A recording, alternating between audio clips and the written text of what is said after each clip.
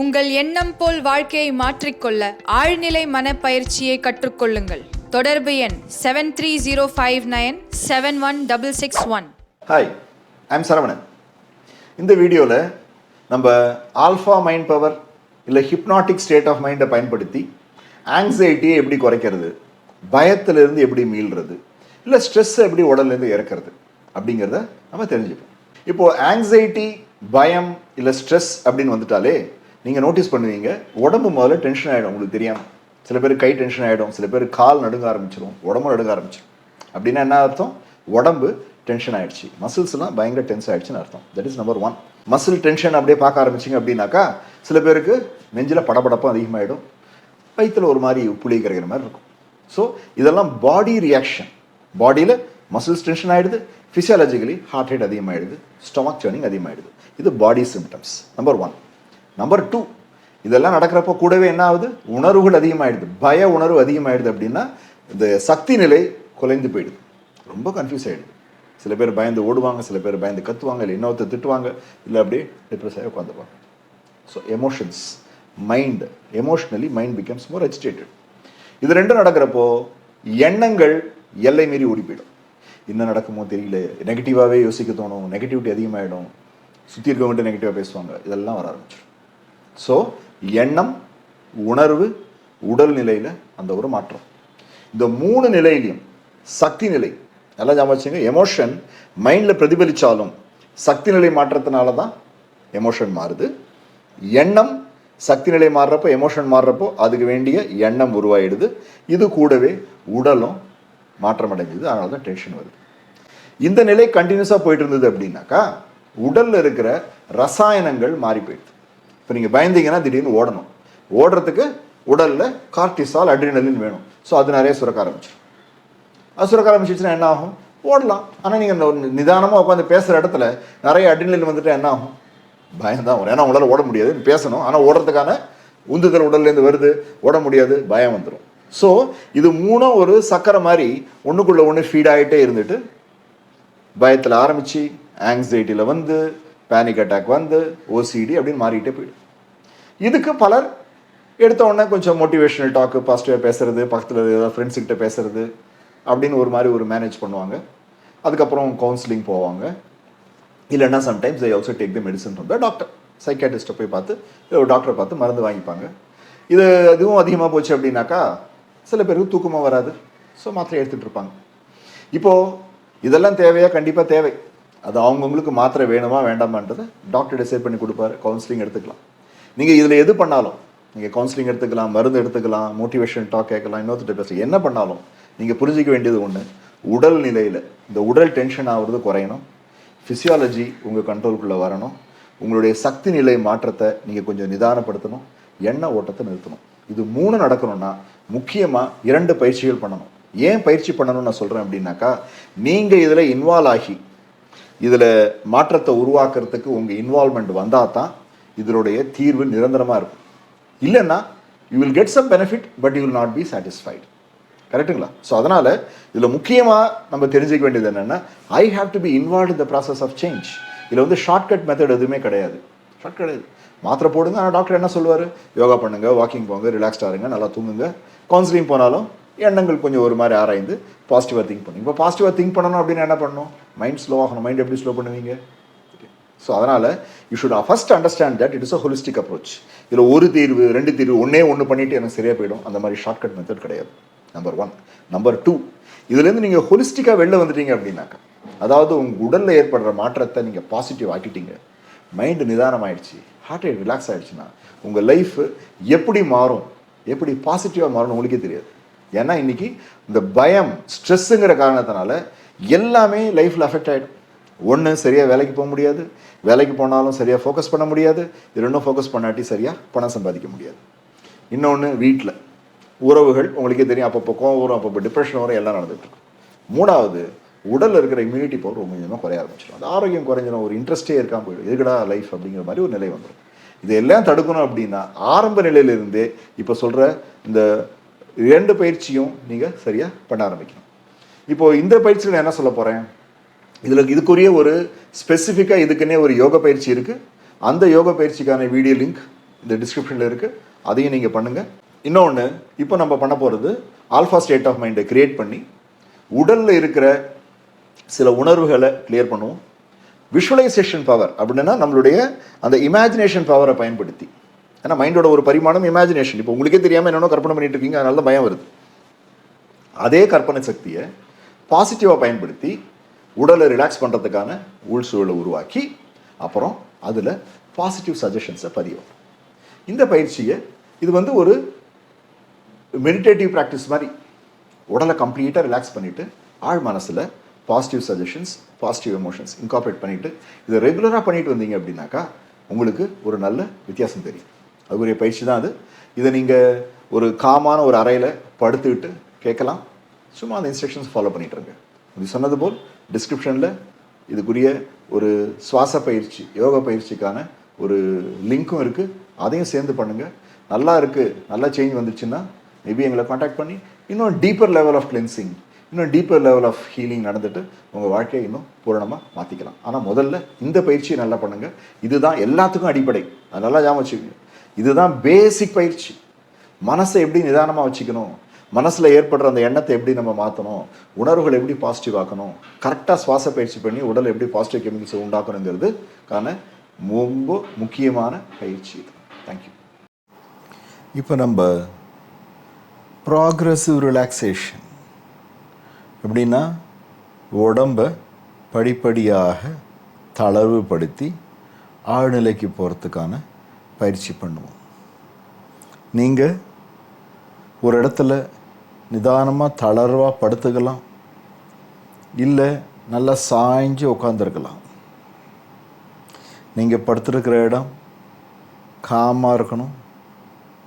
யாரும் வந்து இடையூறு செய்யாமல் டிஸ்டர்ப் பண்ணாமல் இருக்கணும். Undisturbed place.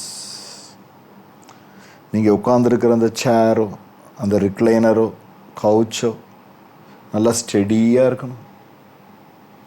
உங்கள் உடம்பில் இருக்கிற வெயிட்டை பூரா தாங்குகிற சக்தியோடு இருக்கணும்.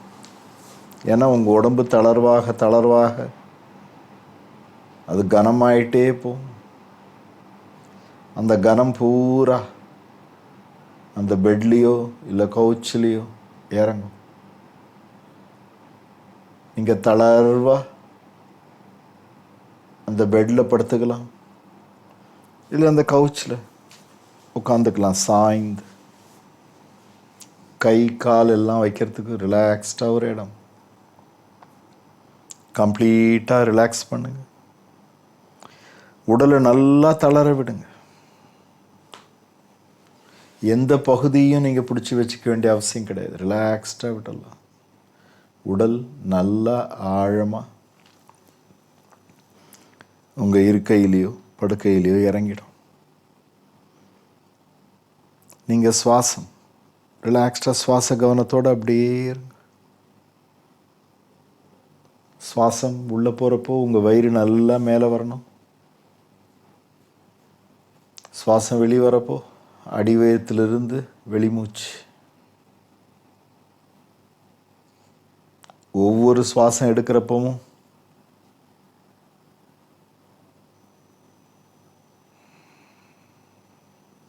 நீங்கள் இன்னும் ஆழமாக ரிலாக்ஸ்டாக போயிட்டே இருப்பீங்க.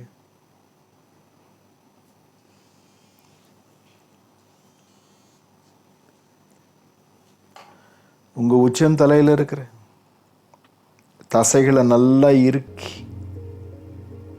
தளர விடுங்க. உங்கள் முகத்தில் இருக்கிற தசைகள் எல்லாம் இறுக்கி தளர விடுங்க. உங்கள் கழுத்து பகுதி, ஷோல்டர் பகுதி எல்லா தசைகளையும் இறுக்கி தளர விடுங்க. உங்கள் கைகள், விரல்கள் எல்லாம் இறுக்கி தளர விடுங்க. உங்கள் முதுகு பகுதி நல்லா இறுக்கி தளர விடுங்க. உங்கள் நெஞ்சு பகுதி, வயிற்று பகுதி இறுக்கி தளர விடுங்க. உங்கள் உடலின் மேல் பகுதியை பூரா நல்லா இருக்குங்க, ஃபுல்லாக தளர விடுங்க. உங்கள் உடல் அந்த பாரத்தோட கனத்தோட அப்படியே ஆழமாக சும்மா இருக்கு. கம்ப்ளீட்டாக தளர்வாயிடுச்சு. உங்கள் இடுப்பு பகுதியை நல்லா இறுக்கி தளர விடுங்க.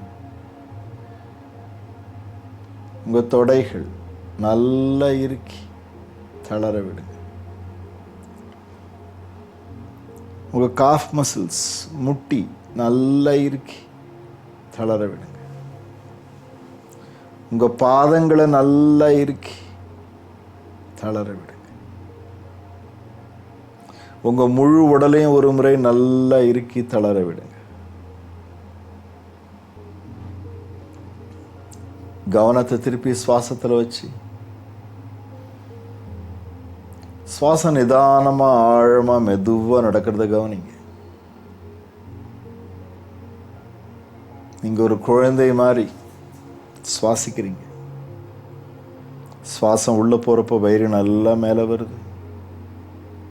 சுவாசம் வெளில போகிறப்போ அடிவயிறிலிருந்து சுவாசம் ஆரம்பிச்சு உங்கள் உடலை நல்லா தளர விடுது. உடலோட மனசை நல்லா தளருது, ரிலாக்ஸ்ட் ஆகுது.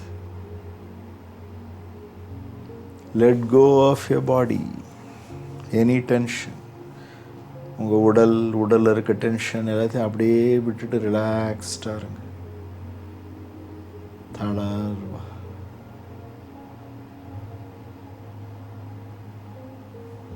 உங்கள் கவனம் நிதானமாக மூச்சிலேயே வச்சுருங்க. சும்மா பார்த்துட்ருங்க போதும். உங்கள் வயிறு மேல் எழும்பி கீழே வர்றது அந்த அசைவு. உங்கள் சுவாசம் மேல் எழும்பி கீழே வர அந்த அசைவு.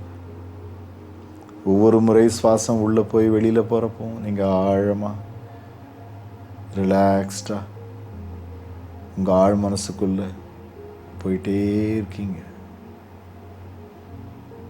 ஆழ் மனசு ஒரு வெற்றிடம், எண்ணமே இல்லாத ஒரு வெற்றிடம். ஆழமாக போயிட்டே இருக்கீங்க. நிதானமாக சும்மா அப்படியே கண்ணை மட்டும் ஜென்டிலாக திறந்து பாருங்கள். மெதுவாக கண்ணை திறந்து உங்களுக்கு முன்னாடி இருக்கிற ஒரு பொருளையோ ஒரு புள்ளியையோ அப்படியே பாருங்கள்.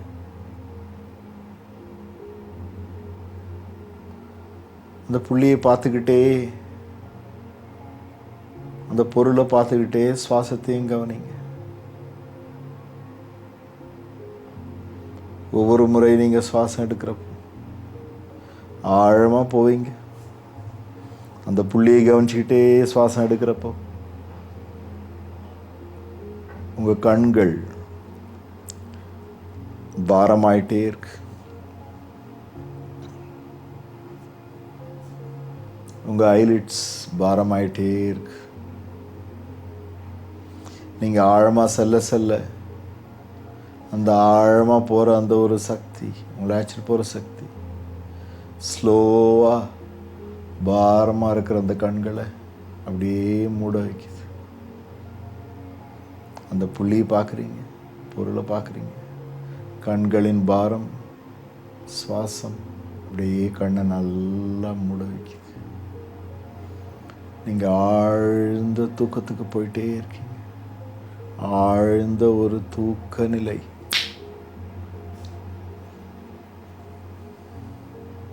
ஆழ் மனசு, வெற்றிடம்.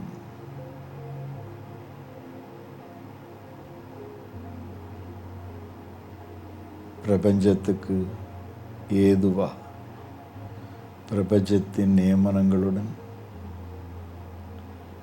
பிரபஞ்சத்தின் நோக்கத்துடன் ஒன்றி நீங்கள் அடைய வேண்டிய எந்த ஒரு நோக்கத்தையும் செயல்படுத்தும் திறன் இந்த வெற்றிடம் ஆழ் மனசுக்கு இருக்கு.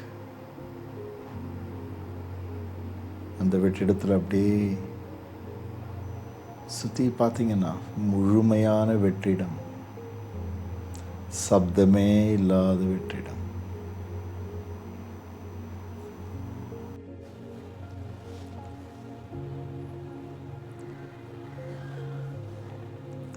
ஒரு அழகான மலைப்பரப்பில் நடந்து போயிட்டே இருக்கீங்க. நீங்கள் நடக்க நடக்க உங்கள் உடல் ஒரு தளர்வாக ரிலாக்ஸ்ட் ஆகிட்டே இருக்கு. உங்கள் உடல் தளர்வாக ஆக உங்கள் மனசுக்குள்ள இன்னும் ஆழமாக போயிட்டே இருக்கீங்க. உங்களால் என்ன உணர முடியுதுங்கிறது எனக்கு தெரியல. பல நிறங்களை பார்க்கலாம். சிலர் இந்த சமயத்தில் மரங்களை பார்ப்பாங்க. பெரிய மரங்கள், நீளமான மரங்களை பார்ப்பாங்க. சிலருக்கு நீலவானம் தெரியும்.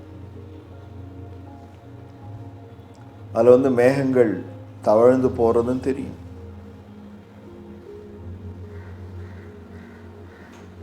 ஆனால் எல்லாருக்கும் உங்களுக்கு தெரிகிற மாதிரி ஒரு அழகான புல்வெளி ஈஸியாக தெரியும். மலைப்பரப்பு நல்லா இருக்கும். பாறைகள், மரங்கள், பூச்செடிகள். அதை எக்ஸ்பீரியன்ஸ் பண்ணுறப்போ பலருக்கு அந்த காற்றின் ஓசை தெரியும், மரத்தின் அசைவு தெரியும், பக்கத்தில் ஒரு ஓடையில் நீரோட்டம், அந்த சப்தம் கேட்கும், பறவைகள் பாடுறது தெரியும், வண்ணத்து பூச்சிகள் பறக்கிறது தெரியும், சூரியனுடைய ஒளி ஒரு மிருதுவான ஒரு சூட்டோட உடல்ல படுறது உணர முடியும். இது உணர்ந்து கொண்டே நீங்கள் இன்னும் அப்படியே ஆழமாக உங்கள் மனசுக்குள்ளே போயிட்டே இருப்பீங்க. ஒரு ஆழமான ஒரு ரம்மியமான ஒரு நிலை போயிட்டே இருக்கிறப்போ நீங்கள் உங்கள் முதுகில் ஒரு பை இருக்கிறத கற்பனை பண்ணிக்கலாம். அந்த பை திடீர்னு பாரமாகுது. அந்த பாரம் கொஞ்சம் கொஞ்சமாக அதிகமாயிட்டே இருக்கு.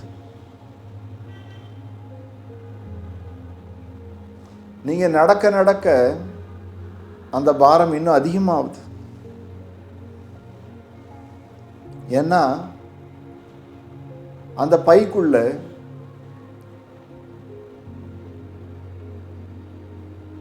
உங்களுக்கு வேண்டாத எண்ணங்கள், வேண்டாத நினைவுகள், வெளியேற்ற வேண்டும் என்று நினைத்து கொண்டிருக்க அத்தனை எண்ணங்களும் உணர்வுகளும் இருக்கு.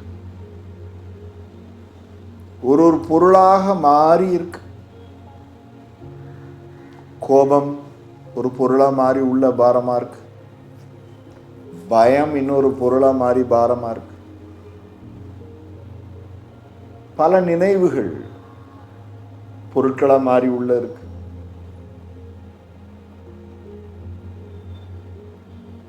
பலவீனங்கள்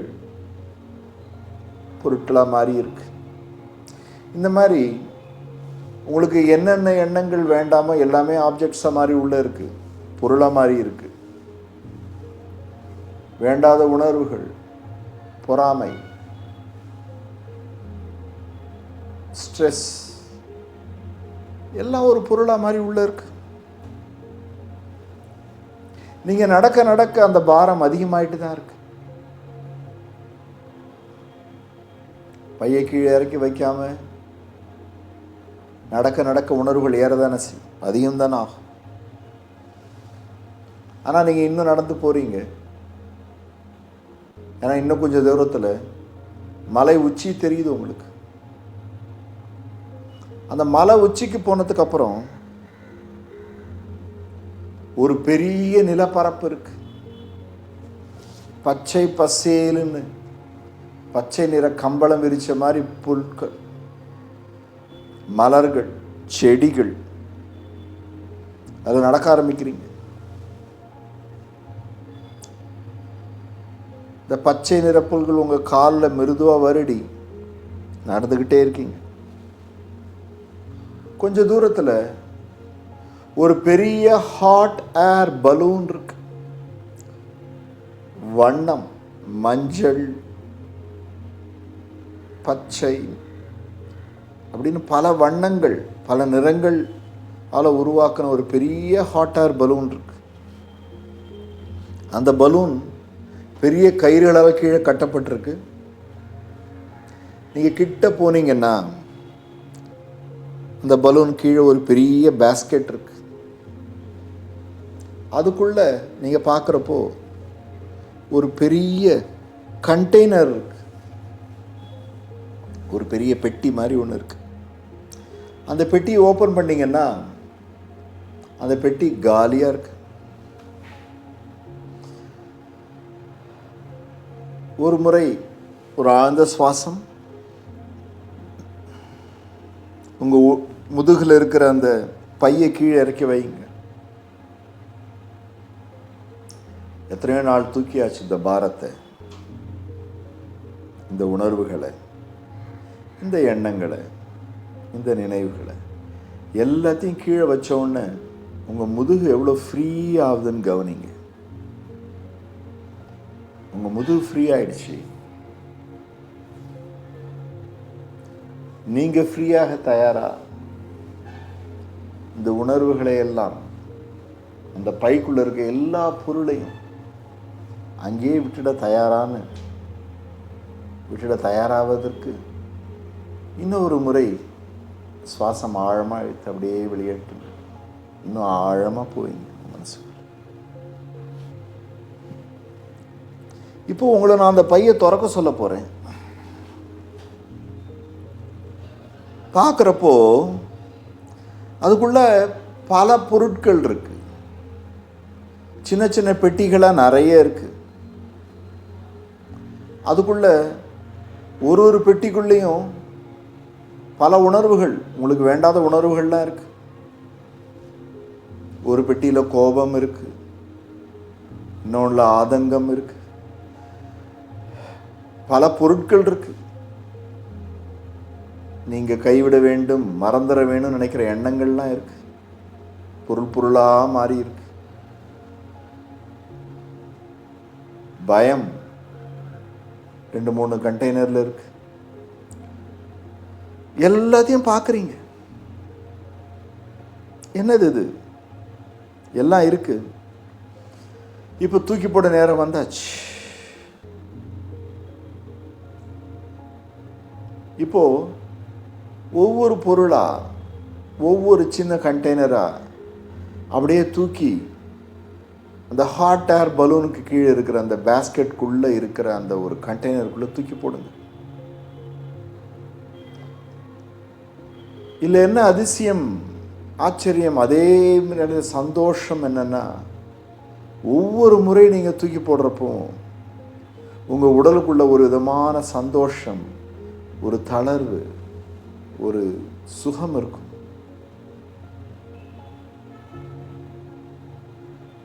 ஒவ்வொரு பொருளாக தூக்கி போட உங்கள் உடலுக்குள்ள ஒரு ஆனந்தம் உருவாகிக்கிட்டே இருக்கிறது நீங்கள் உணர முடியும். ஒரு தைரியம், அடுத்த சுவாச தைரியம் உருவாகுது. அந்த பயத்தை தூக்கி போடுறீங்க.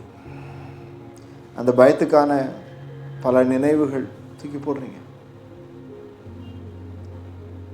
உடம்பு நல்லா தளர்வா ரிலாக்ஸ் ஆயிடுச்சு.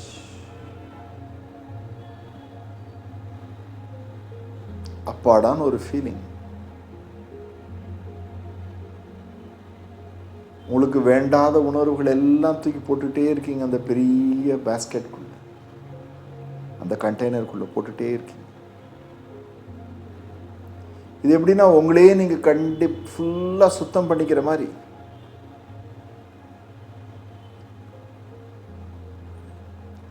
ஒரு நிம்மதி, ஒரு சுகம் உங்க உடம்புல பரவி அதிகமாயிட்டே இருக்கு.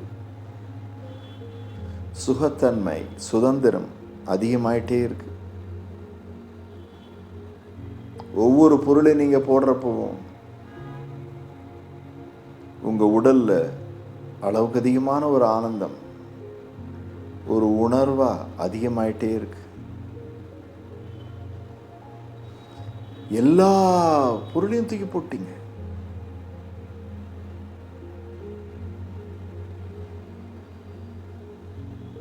ரொம்ப சந்தோஷமா இருக்கு உங்க உடம்பு. திருப்பி பார்க்குறீங்க, இன்னும் 2-3 பொருள் அங்கங்கே கிடக்கு, வெளியில் கிடக்கு. அதையும் தூக்கி போட ஆரம்பிக்கிறீங்க. கொஞ்சம் நெஞ்சம் இருக்கிற அந்த கோபம், பயம், அதுவும் போகுது. ஒரு பொருளாக வெளில போகுது. கடைசியா அந்த பையையே தூக்கி போட்டுறீங்க உள்ள.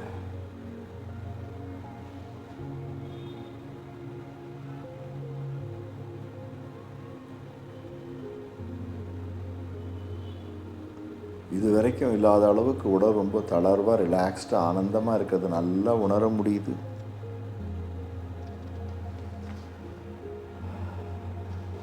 அந்த பேஸ்கெட்டை மூடுறீங்க, அந்த கண்டெய்னரையும் மூடுறீங்க. அந்த பலூனை கீழே கட்டி வச்சிருக்கிற அந்த கயிறை நல்லா அவுத்து விடுறீங்க. அந்த பலூன் அந்த பேஸ்கெட்டை தூக்கிட்டு நவுற ஆரம்பிக்குது. நீங்கள் எதையெல்லாம் தூக்கி போட்டீங்க எல்லாத்தையும் எடுத்துகிட்டு தூரம் போகுது. நீங்கள் அந்த புல் தரையில் தளர்வாக, ரிலாக்ஸ்டாக, சந்தோஷமாக படுத்துக்கிட்டு உங்கள் அடி வயிற்றில் இருக்க சுகம், நெஞ்சில் இருக்கிற அந்த ஒரு பீஸ், நிம்மதியோட அந்த பலூன் தூரம் போகிறத பார்த்துக்கிட்டே இருக்கீங்க. காற்றுல அந்த பலூன் அசைந்து அசைந்து போகுது. அந்த ஒவ்வொரு அசைந்து தூரம் போக போக உங்கள் உடலில் ஒரு சுகத்தன்மை அதிகமாகிட்டே இருக்கு. ஏன்னா உங்கள் உணர்வுகள் சந்தோஷமாக மாறிட்டு இருக்கு. உங்கள் செயல்கள் சந்தோஷத்தால் ஊக்குவிக்கப்படுது. அந்த பலூன் தூரம் போய் போய் அப்படியே மறைஞ்சு போயிடுச்சு.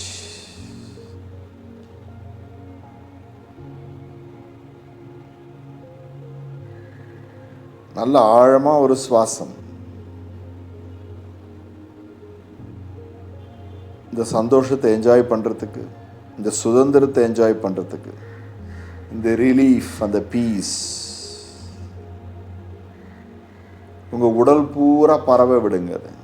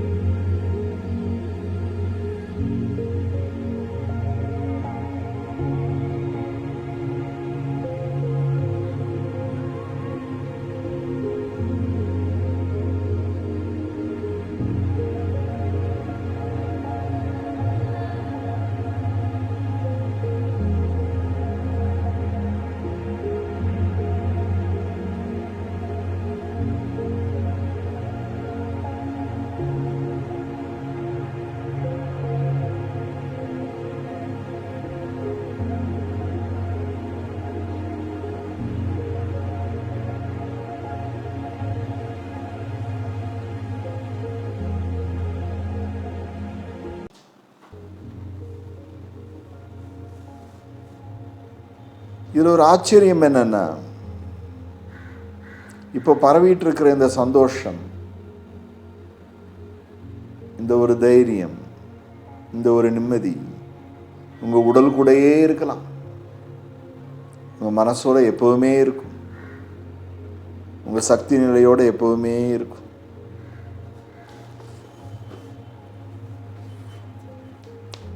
சுவாசத்தை இன்னும் ஆழமாக ரிலாக்ஸ்டாக எடுக்கிறப்போ, நான் சந்தோஷமாக நிம்மதியாக இருக்கிறேன், நான் தைரியமாக இருக்கிறேன், நான் ஒரு சாதனையாளன், நான் சந்தோஷமாக தைரியமாக இருக்கிறேன், நான் பாதுகாப்பாக இருக்கிறேன், நான் ஒரு சாதனையாளன், நான் சந்தோஷமாக தைரியமாக இருக்கிறேன், நான் ஒரு சாதனையாளன், நான் நிம்மதியாக இருக்கிறேன்.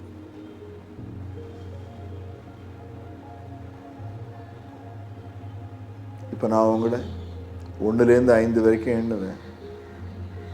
1 நான் சொல்கிறதுக்கு முன்னாடி 0 சொல்லுவேன். நான் 0 எப்போ சொன்னாலும், ஹிப்னாசிஸ்க்காக எப்போ சொன்னாலும் நீங்கள் ஆழ்நிலைக்கு போயிடுவீங்க. ஆல்ஃபா மைண்ட் பவர் ஆழ்நிலைக்கு போயிடுவீங்க. நீங்கள் வெளியே வரப்போ, இந்த ஆழ்ந்த நிலையிலிருந்து வெளியே வரப்போ,